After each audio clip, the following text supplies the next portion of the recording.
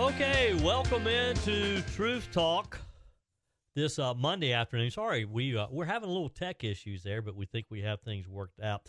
I'm Joey Hudson in for Stu today. Just like last week ended, this week has started off on a very fast-paced.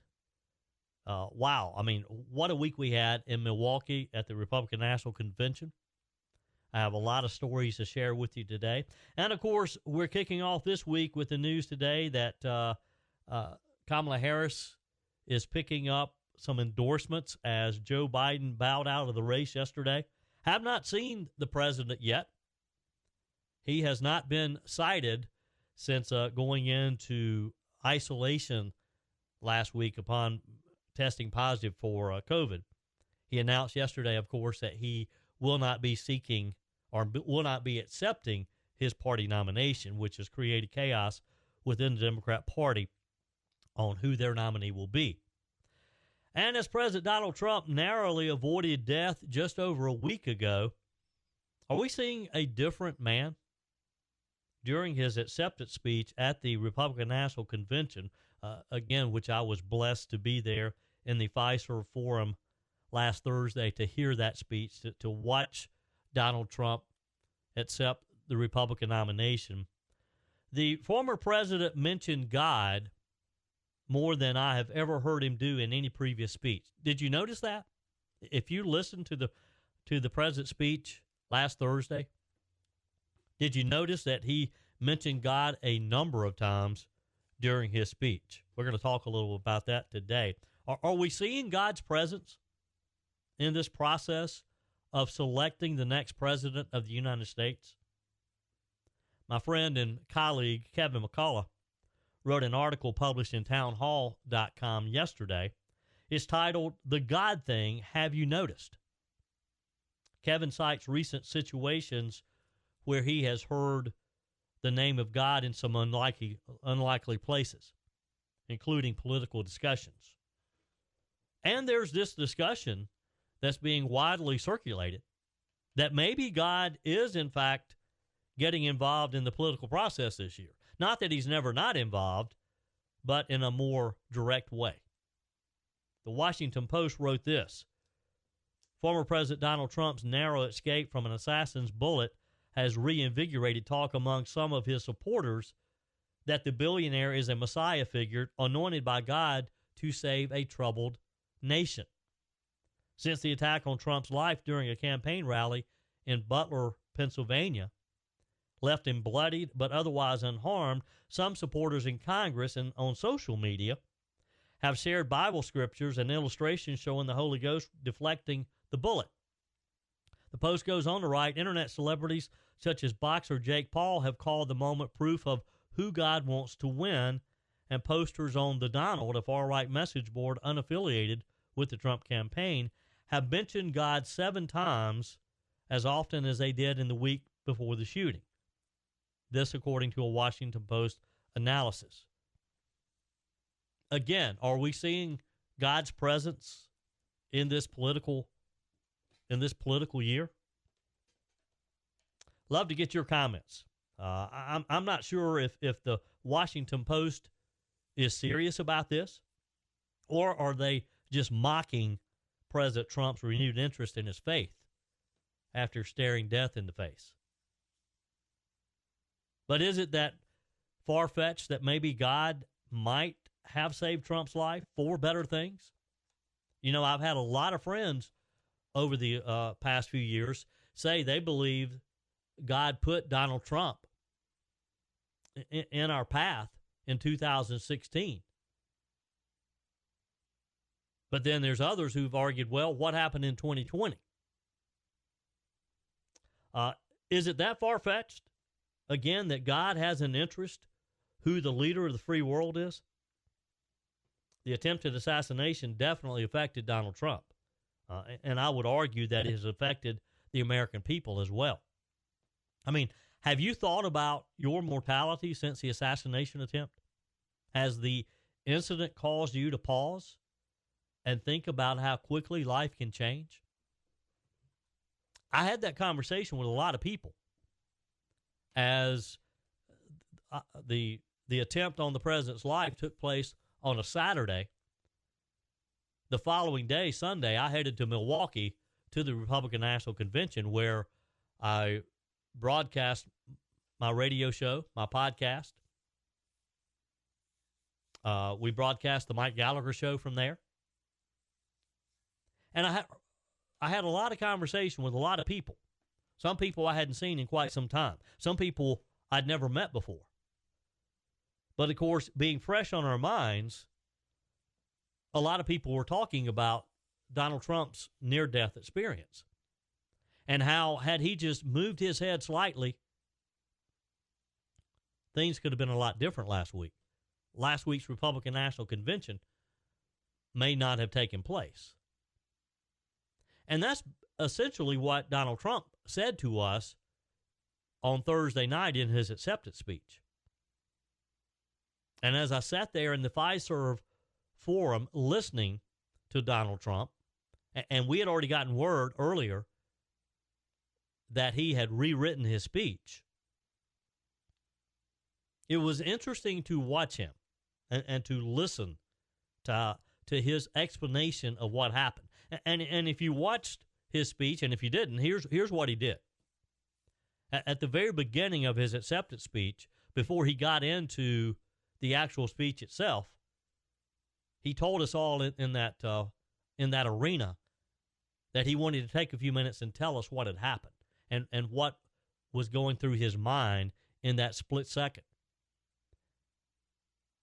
And you could tell that he wasn't reading from any notes. It wasn't on the teleprompter. He was just telling us the story. He was telling us the events of that Saturday and how he had asked for a slide, a image to be posted on the big Jumbotron, which was behind him, that had to do with immigration.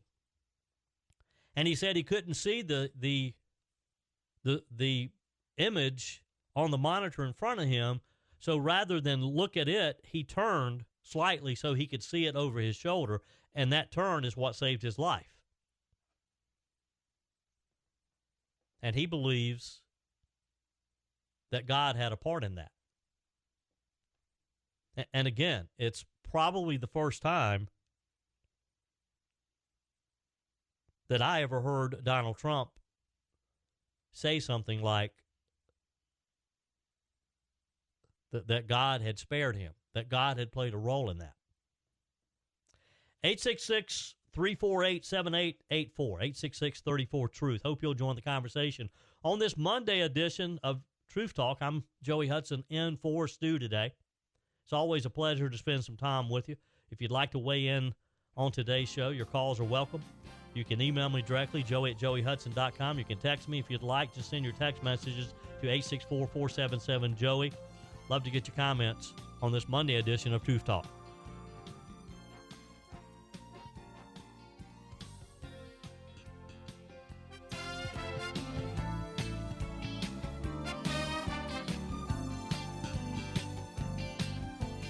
Truth Talk Live.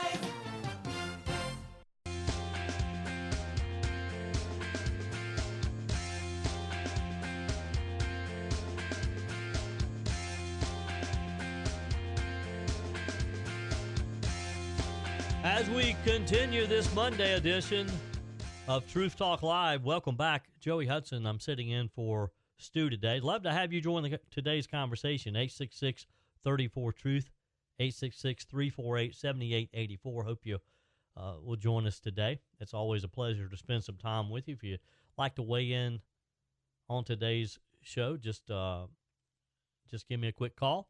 Email me, joey@joeyhudson.com, and you can text me directly at 864-477-JOEY, 864-477-5639. Just send me a quick text. Let's go to the phones. Jordan is in North Carolina. Welcome, Jordan. How are you? How you doing today, sir? How you doing today, sir? I'm good. How are you, sir? Oh, I'm out here working. Well, we all have to start the week off working, don't we? Yes, sir. Yeah. What's on your mind today, Jordan? Well, this past weekend, I actually was been studying about what you've been talking about. I deep dived a little bit. I actually was on YouTube and found out about 6 years ago there was a prophecy that came about by a man named Pastor Bobby something. But he said that Trump would face the things that he faced last Saturday. Also weighing in on this, he said that coming forward that Trump would win the election, and that America would be going through one of the Great Depressions that we've ever seen. Wow. Yeah. So Jordan, tell me what you think. And first off, let me ask you this: when you learned that President Trump had been shot, and then of course we learned that he was going to be okay, did it make you pause? Did you kind of rethink your mortality? Did you think how things can change just instantly like that? I mean, no one's promised another second on this planet. That's true. That's true. And have you had other people? Do you think this has kind of renewed the discussion of how God plays a role in our daily life? I would hope so. Maybe this would open America's eyes. Yes. Maybe it'll wake us up, right? Definitely. Like one of the greatest wake-up calls the nation's ever seen, probably. Yeah. Would like to see that. That'd be awesome. Yeah. Well, I got to tell you, Jordan, that was the talk last week in Milwaukee at the Republican National Convention. I don't know that I've ever had that much talk about God and God's will among a political group as we saw last week in Milwaukee. Right. That's good. Praise the Lord. Yep. Absolutely. Hey, Jordan, appreciate your phone call today. Have a blessed day. You too, sir. God bless you. Sure thing. Bye-bye. One line open. Your call is welcome as well. 866-34-TRUTH. 866-348-7884. Love to get your thoughts on that as well. Have you had this discussion with your friends, with your family, with maybe within your church this past weekend about the role that God plays, and could he be speaking to our nation? Kevin McCullough is a friend and colleague of mine. He does that Kevin show in the New York City area. He wrote a column that was published in townhall.com over the weekend. I want to share some of that with you. It's titled, "The God Thing, Have You Noticed?" He writes, "There must be a reason," the 18-year-old kid said to his friends, "a reason for something like that to happen, and I think you have to pay attention to not just that, but also all the reasons he is running when you go into the voting booth this year. It was a bizarre line to overhear from a group of freshly graduated seniors at our pool over the weekend," Kevin wrote. "Nevertheless, that was their conversation, and it was not so quiet. In the New York City area, we're not accustomed to people, especially young people, being so verbally vocal, especially about politics, especially about supporting President Trump in his reelection efforts. But we're seeing a lot of things that are unusual, no?" He writes, "My opening monologue on my show drove this home last night. America is being transformed." He writes, 7 Alpha Foxtrot, the intercom crackled. "The Lord bless you and keep you. The Lord make his face shine upon you," said the air traffic controller as the Trump-Vance jet ready for takeoff this weekend. The quote from Scripture is half prayer and half benediction, half blessing. It's a petition to the Almighty for God the Father, Yahweh, Jehovah, to protect the person it is said to. Christianity has employed the text as words of encouragement for centuries. At another moment this weekend, I don't know if he can win, referencing Joe Biden. Do you think Biden-Harris are any match for an obvious sign from God? A mother posed the question to her son, who had just stated that he had just registered to vote as a Democrat, adding proudly, "Biden-Harris just invited me to a rally at a middle school this coming Tuesday." Snapshots in deep blue states aren't the only indicator. Those who are as disturbed and unhappy these 8 days after the attempt on President Trump's life also tell you a great deal, he writes. The View's entire crew, MSNBC, the network pretending to do live coverage of the RNC, New York Mag, and many other outlets are taking this weekend to lash out at Trump for not being different enough in his tone in his acceptance speech last Thursday night. Joey Behar claimed that Trump was being unchristian by declaring God's providence in saving his life.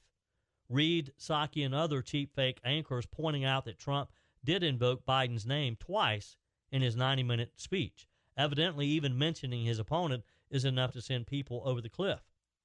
And New York Mag claimed Trump couldn't even fake normal after the attempt on his life. Kevin goes on to write, in short, the genuinely deranged got angrier. Those who are open are appearing to have considered God as the circumstances and their upcoming choices. The half of the nation that voted for and supported the country is grateful today, and that President Trump is not only still with us, but is fighting hard to return America to common sense. The truth is the American left doesn't have the bandwidth or capacity to respectfully disagree with those who do not agree with them. They are the ones who labeled him as Hitler. They're the ones who burn American cities to the ground when they don't get their way. And they are Maxine Waters, Alexandria Ocasio-Cortez, and Chuck Schumer, who use violent rhetoric to warn conservatives that their time is up. They also are the party who are holding hands and worshiping at the altar in this election, wholly dedicating themselves to their sacred cause of infanticide and recommitting their souls to evil and pledging that more innocent children's blood will be spilled while on their watch. Kevin writes they are so dishonest that they're willing to end the democratic process of selecting their candidate so that their elites can hand select the next empty suit president to carry out their marching orders. The law, politics, and millions of their own voters be damned. They have the nerve to deny democracy to their own voters while they accuse President Trump of being the person who wants to end democracy. This even he allowed past opponents, Haley, DeSantis, Cruz, and Rubio, all to have starring roles in his unifying convention. President Lincoln was quick to admonish a question posed to him that it was more important to align himself with God's side than to worry about God aligning himself with being on his side. Are we not seeing that? He asked. An inner-city pastor prayers of protection for President Trump, Franklin Graham encouraging less vulgarity, repeated speakers acknowledging and praising God's intention for biological sexual differences, protection in life in the womb, a yearning for social justice for hostages being held hostage, and simple respect for victims of violent, border-related crime and foolish and reckless exit policies from Afghanistan. Compare that to the Comic-Con knockoff that the Democrats will hold in 3 weeks as they attempt to smear their opponents, worship the gods of abortion, promise to inflict further sexual confusion on our children, and label evil as good and good as evil. There is a significant difference in the posture and tone of the two ends of the political spectrum at the present, and observing the overflow of those differences into the tone of life is telling. Those open to God are responding far differently than those who hate him. Is happening all around us, Kevin writes. You agree with the idea that God is being mentioned more often than not in our political world today? That God has played a role? Now, the Washington Post is kind of mocking this whole idea that God is trying to bring our country back around to him. The Washington Post is kind of mocking this renewed faith of Donald Trump, questioning whether it's real. Of course, we all know that there's only one person who can know that for sure. 866-34-TRUTH, 866-348-7884. I'm Joey Hudson, in for Stu Epperson.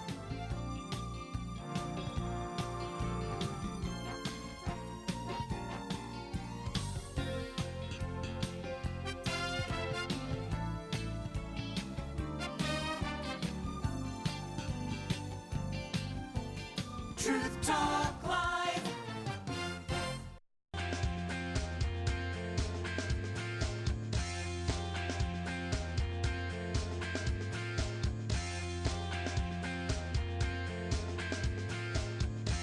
Continuing today's Truth Talk Live, I'm Joey Hudson in for Stu Epperson today. Glad to have you.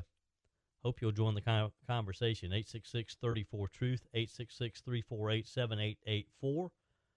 You can also email me directly, joey@joeyhudson.com. Be sure and check out my website, joeyhudson.com, and while you're there, subscribe to my daily podcast, Just the Truth, or you can subscribe wherever you listen to your podcast.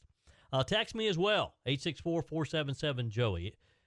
Lots of ways for you to join today's conversation. Let's go back to the phones. Joseph is in South Carolina. Welcome, Joseph. Hey, Joey, how you doing? I'm how wonderful. You doing, Joey? Hope you are. Hey, this is no longer Democrat or Republican. That changed a long time ago. This is now good versus evil. Yeah. Forget about the parties. The Democrat Party is controlled by demonic entities. They love to kill unborn babies. They lie. They slander people. It's way past politics at this point, and you're going to have to make a decision on which side you want to be on. Yeah. And, you know, all this crap that you hear from the Post and the View, they're just demonic entities, in my opinion, because they speak with a devilish tongue. Yeah, you're so And right.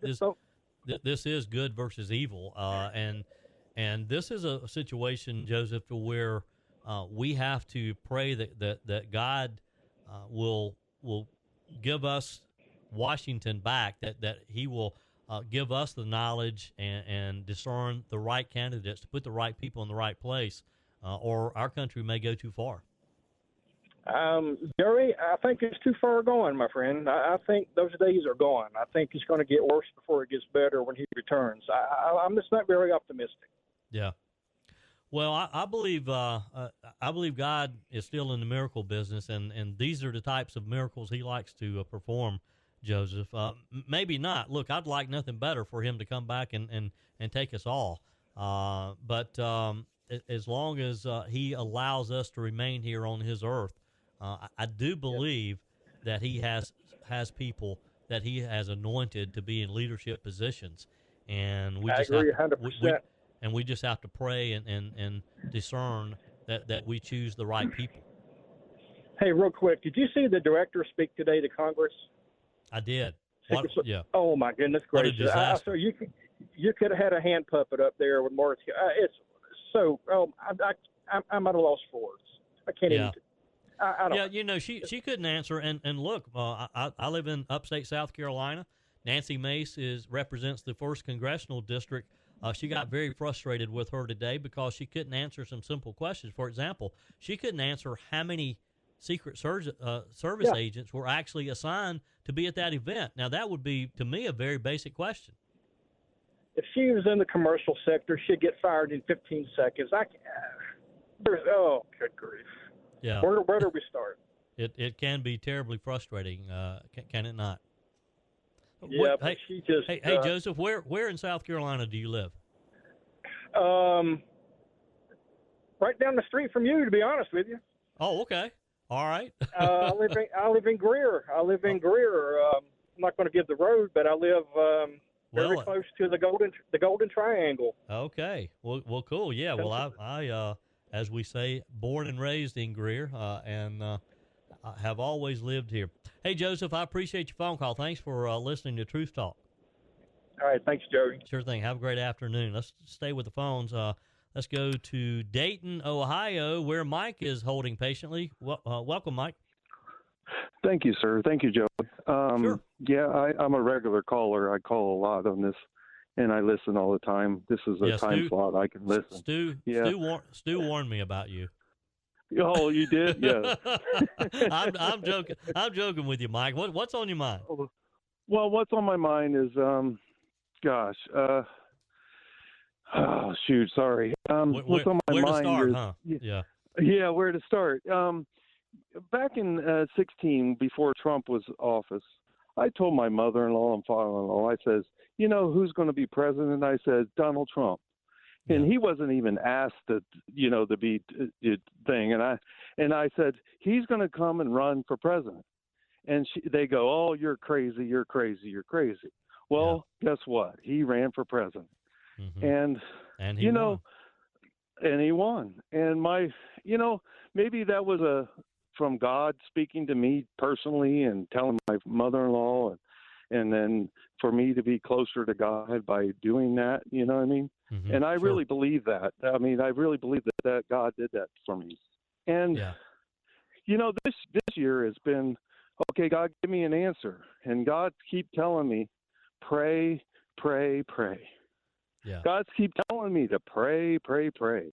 Pray for our nation, pray for revival. You know what I would like to see is Donald Trump do? Is put a pastor on the stage every Mm-hmm. rally and ask Jesus for people to come to Christ right there in his rallies. Yeah. That would be awesome. Yeah. He has thousands of people there at his rallies, and for him to do that, my gosh, he would get the vote for Christians, and I wish he would. You know what I mean? If you're listening, Donald Trump or anybody out there, that's my suggestion for you as a Christian, to give an opportunity for people to get to know Christ at your rallies. Yeah. Who cares about Did you anything watch else? a lot of the convention last week, Mike? I know I didn't. Yeah. You know what I mean?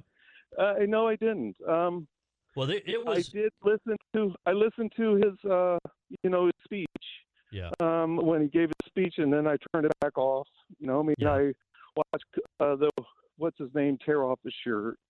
You know, Sure. I mean, I didn't really watch a whole lot. I was in and out. But I was more in tune to what I need to do. You know what I mean? So. Well, yeah. And I've been to a number of Republican national conventions over the years, and it was different. It was there was a different atmosphere. Of course, he had Franklin Graham spoke the night of when he gave his speech earlier before Trump came out, but there was just a different atmosphere, and people were having different conversations. Yeah, I love the prayer of Melania that she did to Our Father who art in heaven. I did see that through the grapevine. Yeah. That is pretty amazing to me. I mean, we need more of that in our politicians, and then that way, back in the day, back when I'm hearing history, this is what it was all about. God, God, God, and this is what we're going to do for God's people. And then this is what we need to have spoken out there. You know what I mean? We need God in our lives. We need God in our church, our communities. We need God in our schools. We need God, God, God. Yeah. And this is what our politicians need to start saying. And that's what's going to bring revival to our country. If politicians start saying, "Hey, I'm a God-fearing man, and I believe this. Do you know Jesus?" Speak it right to the media right out front. Do you know Jesus? Yeah, we need to have some bold politicians. Yes, we need some bold politicians out there and I love to see Donald Trump to be that bold, and he is probably. Yeah, I think we'll see that. Again, I hope so. I'm praying for that. I've heard Donald Trump speak many times over the years, and that was a different speech that we heard last Thursday. I've never heard him mention God as often as he did in that speech, and so I think we saw a different person, and I think we'll continue to see a different person. Well, I'm praying for him. I hope America is too. And that's our job, Mike. That's what you and I can do. Is you and I can pray for sure. Hey, appreciate your phone call. Appreciate you listening to Truth Talk. Awesome, sir. Thank you. Sure thing. Thank you, Have Joe. a great afternoon. You too. Bye-bye. Yes. One line open, 866-348-7884, 866-334-TRUTH. Love to have you join the conversation. You can email me directly, joey@joeyhudson.com. And I hope you'll check out my daily podcast, Joey Hudson, Just the Truth, wherever you listen to podcasts. Or go directly to my website, joeyhudson.com, and subscribe there. Quick update here. White House physician Kevin O'Connor just released a statement saying that President Joe Biden's health as he recovers from COVID that in a letter to the White House press secretary, he said President Biden completed his 10th dose of Paxlovid this morning. His symptoms have almost resolved completely. His pulse, blood pressure, respiratory rate, and temperature remain absolutely normal. His oxygen saturation continues to be excellent on room air. His lungs remain clear. O'Connor noted that the president continues to perform all of his presidential duties and that continue to keep his your office updated with any changes in his condition or treatment plan. That from the White House physician this afternoon. It's going to be interesting to watch. You know, Joe Biden has not been seen publicly since he went home to Delaware after testing positive for COVID last week. He has not been seen publicly since he released his statement yesterday indicating that he would be suspending his campaign for re-election. And, of course, that created the flurry of activity around Kamala Harris. We'll see. It's going to be an interesting few weeks for sure, folks. Hey, I'm Joey Hudson, in for Stu Epperson. It's been great to spend a few minutes with you. Stu will be back tomorrow. Until then, have a blessed day.